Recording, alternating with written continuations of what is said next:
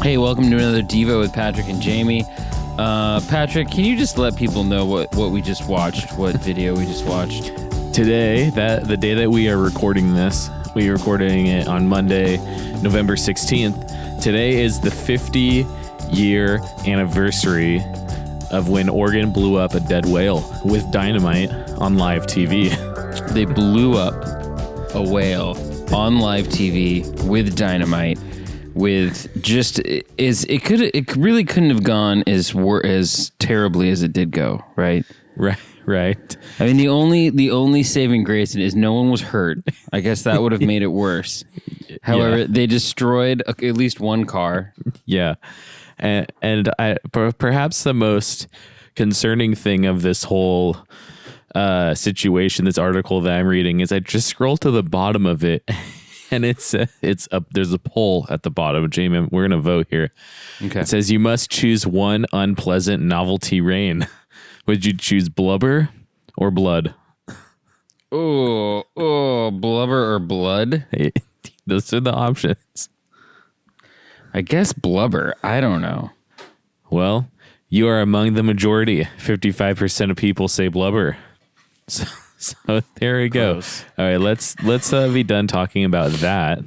And by the way, just if you're out there and you're listening to this and you are thinking of getting rid of some kind of decay or carcass using explosive devices, you rethink your situation.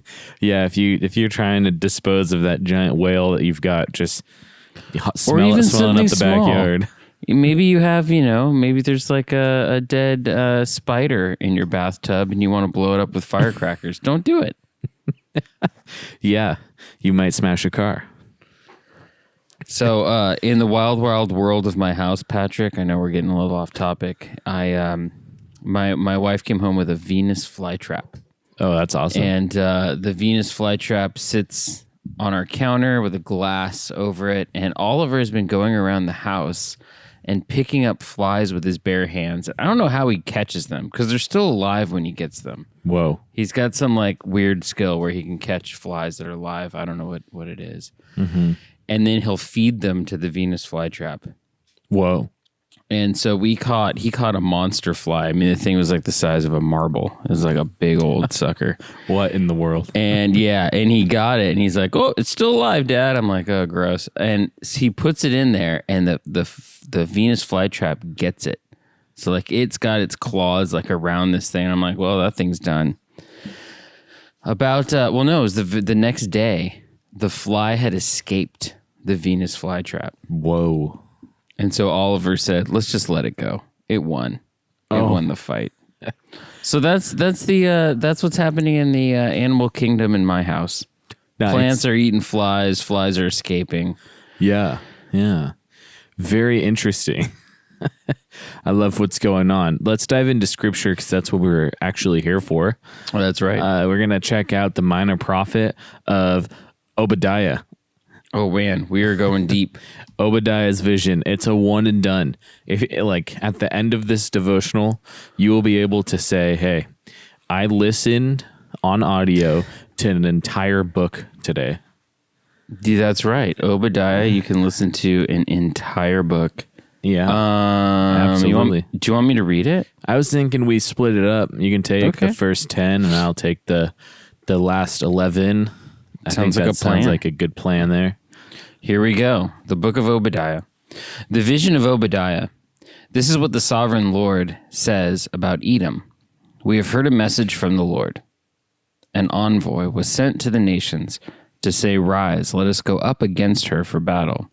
See, I will make you small among the nations. You will be utterly despised. The pride of your heart has deceived you.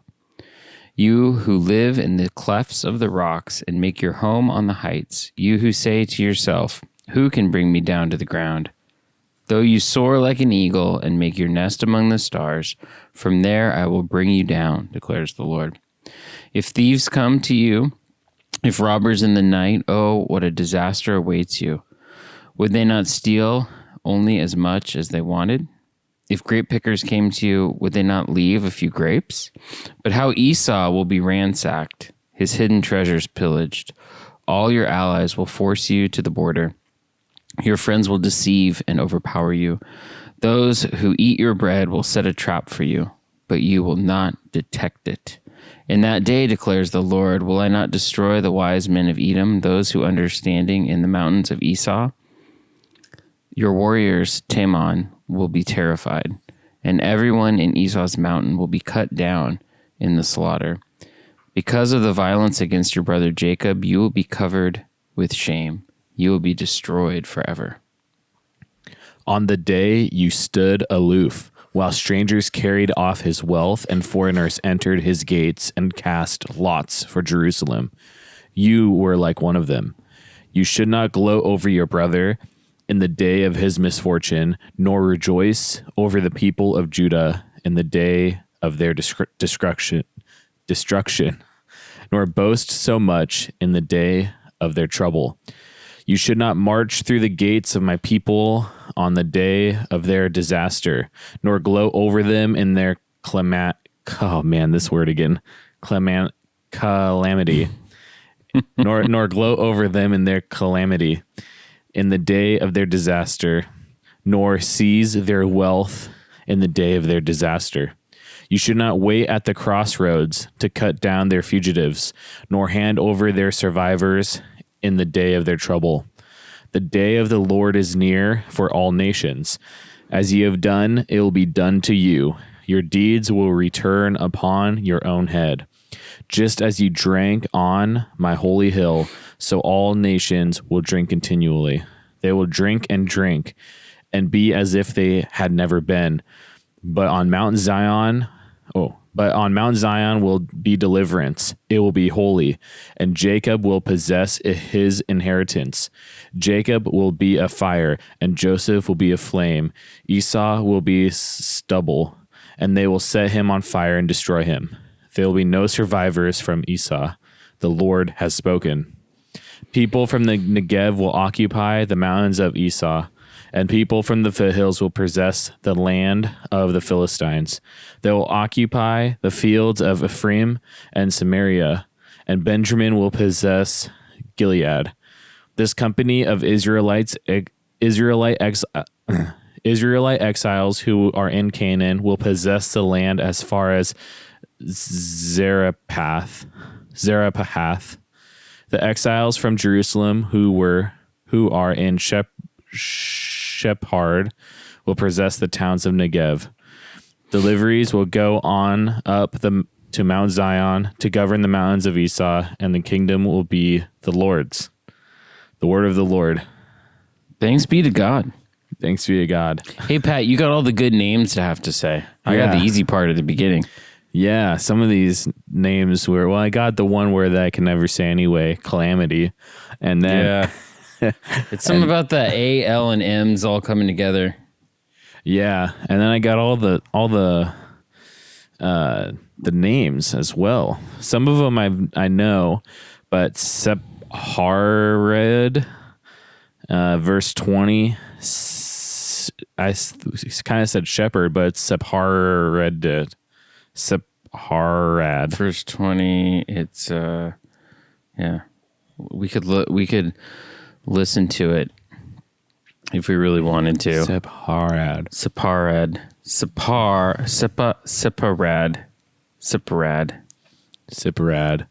That's rad. It doesn't. Seprad. That's hard, man. Yeah. So this is like a vision. Obadiah's vision. And it's just a single chapter, and I kind of had a tough time following exactly what was going on here. Yeah. Here's what happens. Here's where I get lost in the weeds. Let me just make a little bit of a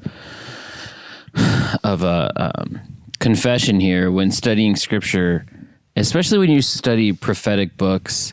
And you're looking at a lot of Israel's history. There's multiple exiles of the people of Israel, and there's even a division in the people of Israel where you have a northern kingdom, you have a southern kingdom, you have Samaria, and there's different, like the history of it, it kind of goes all over the place.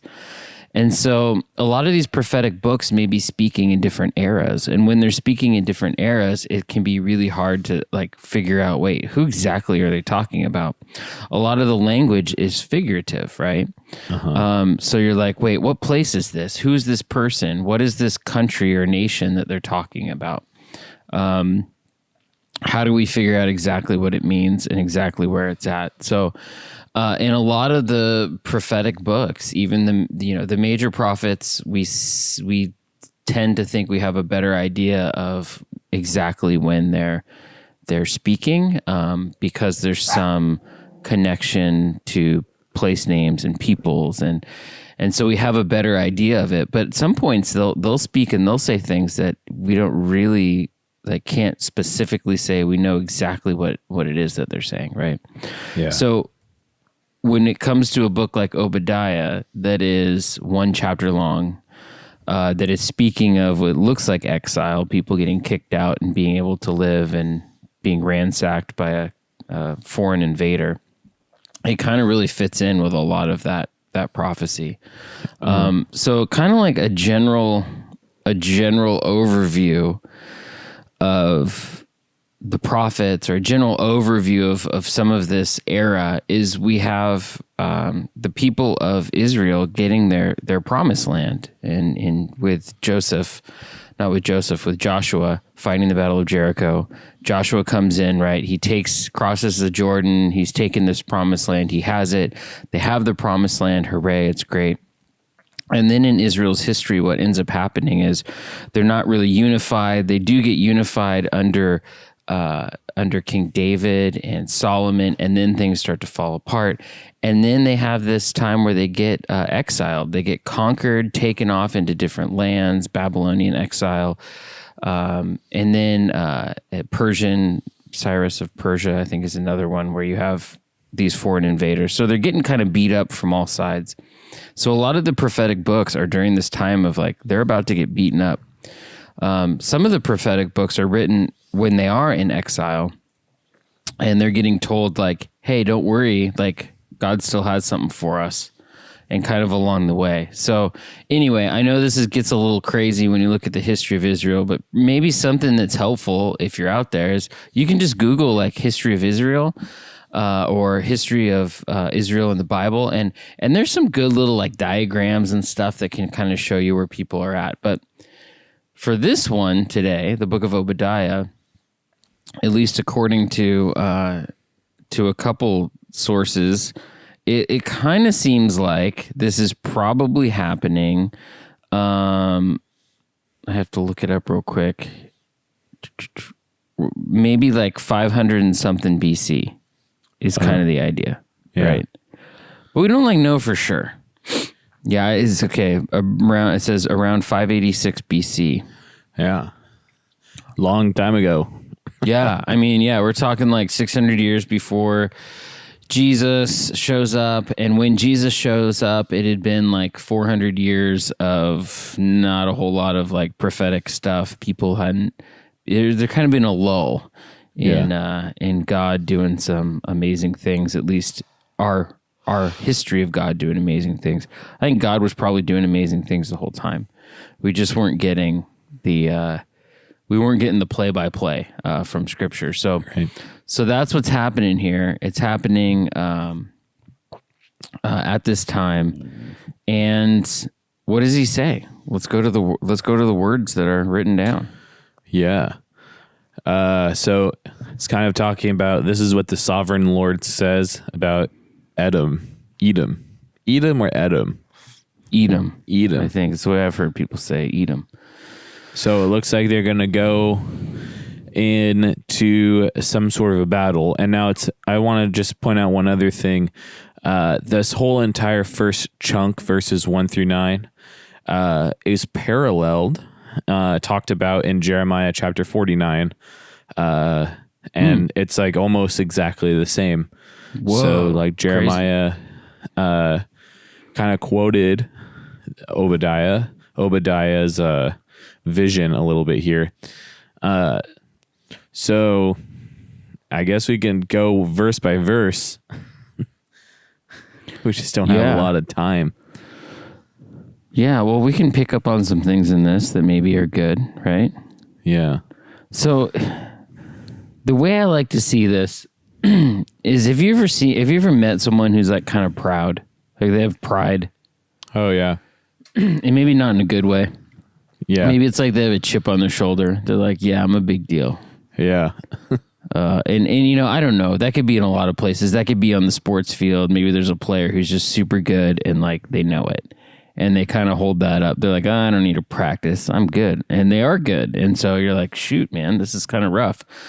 Or maybe there are people who have pride when they take a test, right? So it could be someone who's like, I don't need to study. I got this. Like I'm good. Don't mess with me. Like I'm the one who's going to ace this test and everyone else is dumb. Yeah. Or maybe it's someone who, just has this kind of confidence that seems to come from nowhere. Well, in some ways, this is what, Edom, who's being pointed out here, this is what Edom was being. This is what really the people of Israel, at least the specific people mentioned here, they're being like arrogant. They're like, yeah, I don't need to worry because I have like fortresses. I live up, high up on this mountain. I'm good. No one's ever going to bring me down. Yeah. Which is probably never a good way to be. Oh, right. Yeah. Because it's never a good way to be. And the way I think about it is you never know what could happen instantly. Right. And it's kind of like, think about it as if you're driving a car. You're driving a car, you're a good driver, and it doesn't take like more than a split second for you to get a little distraction, sneeze, whatever it might be, and then boom, everything's different. You know what I mean? Yep. That's right. And I love the way that in verse 4 that God puts it, right? Though you soar like an eagle and make your nest among the stars, from there I will bring you down. Right? Yeah. So it's kind of like the higher up you are, the more amazing you think you are, that's going to be a pretty tough fall. Yeah. Right? Would you rather fall off a 6-foot ladder or a curb? A curb for sure, right? Yeah. And so God, I like that. Though you soar like an eagle and make your nest among the stars, from there I will bring you down, declares the Lord. Right. Yeah. And so even verse 5. Oh, yeah. Go ahead. Oh, I was just gonna say, like we get this idea of, there's one thing you may have heard: pride comes before the fall, right? Yeah. You ever heard anyone say that before? Something like that. Yeah. Yeah. And it's an interesting idea, but this is pretty much saying it straight up. And that's actually, I just looked it up. That's in the book of Proverbs, Proverbs 16:8. Oh. It does tell us that yeah, when you're proud and you start to have this like sense of pride, then that's where you're going to drop. Now, the opposite of that, though, Pat, that I think is kind of interesting is you look at a character like King David, and King David was a guy who they would sing songs about how powerful he was. They loved him as a leader. He was a beloved leader. I mean, even to this day, it seems like the people of Israel look back to David as kind of the prototype of a king. This is like the best person you could have as a king. But even, even he had a fall. Even he made mistakes. Yeah. But in his victories, what he would always do is he would point to God as being the one who supplied the victory, not himself. Yeah. Right. And whenever he tried to do something in and of his own strength, that's when things got upsetting. That's when things didn't go well. Yeah. Yeah. And looking at verses 12 through 14, there's kind of a theme, a repetition that pops up, and it says something will happen or what you should not do. You should not gloat over your brother. And then it says, in the day of misfortune and in the day of destruction, in the day of trouble. It's like, so many contrasting things. You should not march through the gates of my people in the day of their disaster. It's the in the day sentences. Disaster comes up a few times.